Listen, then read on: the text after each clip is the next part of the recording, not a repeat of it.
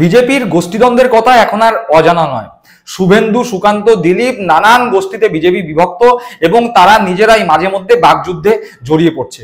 সরাসরি যুদ্ধ হয়তো করছে না, কিন্তু একে অপরকে সরাসরি হোক অথবা আকার ইঙ্গিতে কটাক্ষ করতেও পিছপা হচ্ছে না। সেই তাদের মধ্যেকার যেই দ্বন্দ্ব, তাদের মধ্যেকার যে গোষ্ঠীদ্বন্দ্ব, সেই আজ এসে পড়ছে নিচু তলাতে। সেই আজ এমনই যে রীতিমতো বিজেপির দুই গোষ্ঠীর মধ্যে মারামারিও হচ্ছে বিভিন্ন জায়গায়। কিছুদিন আগে খড়দাতে দেখা গেছে যে বিজেপি নেতা বিজেপি কর্মীকে ফোন করে খুনের হুমকি দিচ্ছে, তার বউকে খুনের হুমকি দিয়েছে, তার মেয়েকে খুনের হুমকি দিয়েছে। এবার দেখা গেল মোদি ঘনিষ্ঠ, ঠিক শুনছেন, প্রধানমন্ত্রী বিজেপির নেতা নরেন্দ্র মোদী ঘনিষ্ঠ সুকান্ত দিলীপ লবির বিজেপি নেতাকে, যে কাঁচরাপাড়ার বুকে দীর্ঘদিন ধরে বিজেপি করে, সেই বিজেপি নেতাকে তার দোকানের মধ্যে ঢুকেই অন্য এক বিজেপি নেতা বেদম প্রহার করলেন। সর্বসমক্ষে এই ঘটনা ঘটেছে। ঘটনা ঘটার পরে যে ব্যক্তি মার খেয়েছেন সেই ব্যক্তি পুলিশে গিয়ে রিপোর্ট করেছেন। মনে রাখতে হবে, সেই ব্যক্তিও পুলিশের ওপর ভরসা রাখছে। যেই পুলিশকে তারা চটিচাটা বলে, সেই চটিচাটা পুলিশের ওপরই ভরসা রাখছে মার খাওয়া বিজেপি কর্মী। আরো একটি বিষয় নজর রাখতে হবে যে যেই বিজেপি কর্মী মার খেয়েছে, সেই বিজেপি কর্মী কিন্তু মোদির সভায় মোদির পাশে দাঁড়িয়ে ছবি তোলার সুযোগ পেয়েছে। সেই বিজেপি কর্মী দিলীপ ঘোষ থেকে সুকান্ত মজুমদার সকলের ঘনিষ্ঠ। চলুন সেই বিষয়ে আজকের এপিসোড আপনারা দেখে নিন কিভাবে মারামারি হলো একটি দোকানের মধ্যে ঢুকে দুই বিজেপি লবির মধ্যে, সেই দৃশ্য। আমি সায়ন্তন চক্রবর্তী, আপনারা দেখছেন বঙ্গচক্ষু ইউটিউব চ্যানেল। যারা প্রথমবারের জন্য এই চ্যানেলে এসেছেন, সবার কাছে অনুরোধ, চ্যানেলটি সাবস্ক্রাইব করে পাশে থাকা বেল বাটনটি প্রেস করে দেবেন, যাতে যখনই নতুন কোনো ভিডিও এই চ্যানেলে আসবে সরাসরি নোটিফিকেশন পৌঁছে যাবে আপনাদের কাছে। নরেন্দ্র মোদী ভারতবর্ষের প্রধানমন্ত্রী, বিজেপির 1 নম্বর নেতা। নরেন্দ্র মোদীর ব্যাপ্তি বা নরেন্দ্র মোদীর অরা এতটাই তীব্র বা নরেন্দ্র মোদীর এতটাই প্রভাব যে তার সঙ্গে ছবি তোলার জন্য ডাকাবুকো শিল্পপতি থেকে শুরু করে বলিউডের নামজাদা তারকারা লাইন দিয়ে দাঁড়িয়ে থাকেন। শাহরুখ খান থেকে শুরু করে সলমান খান, আমির খান, অক্ষয় কুমার থেকে শুরু করে বিভিন্ন নায়ক নায়িকারা নরেন্দ্র মোদীর সঙ্গে একটা সেলফি তোলার জন্য লাইনে দাঁড়ান। সেই নরেন্দ্র মোদীর সঙ্গেই একই মঞ্চ শেয়ার করে তার পাশে দাঁড়িয়ে ছবি তুলে সরাসরি নরেন্দ্র মোদীর সঙ্গে কথা বলেছেন যেই বিজেপি নেতা সরাসরি দিলীপ ঘোষ এবং সুকান্ত মজুমদার, অর্থাৎ আদি বিজেপি লবির নেতা, সেই নেতাকেই তার দোকানের মধ্যে ঢুকে মারছে নব্য বিজেপি আর এক বিজেপি গোষ্ঠীর নেতা।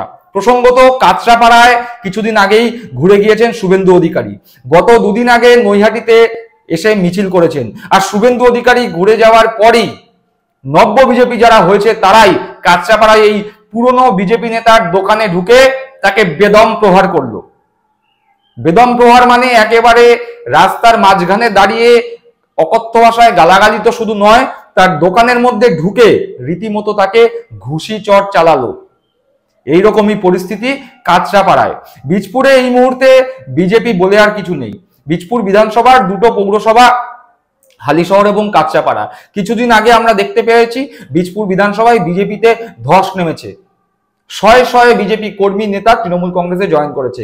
হাতে গোনা যে কজন বিজেপি কর্মীরা রয়েছে বা নেতৃত্বরা রয়েছে, তারা নিজেদের মধ্যে আদি এবং নব্য বিজেপির গোষ্ঠীদ্বন্দ্বে মেতে উঠেছে। আর সেই চিত্রই ধরা পড়েছে গতকাল সন্ধ্যাবেলায়। চলুন সেই চিত্র আমরা সরাসরি দেখে নিই।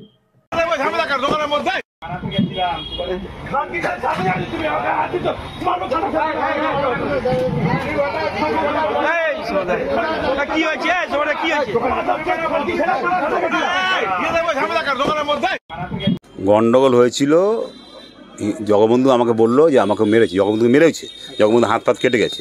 তো আমি গেলাম, যে বললাম যে কেন মারলি, এই বলাটাই হচ্ছে অন্যায়।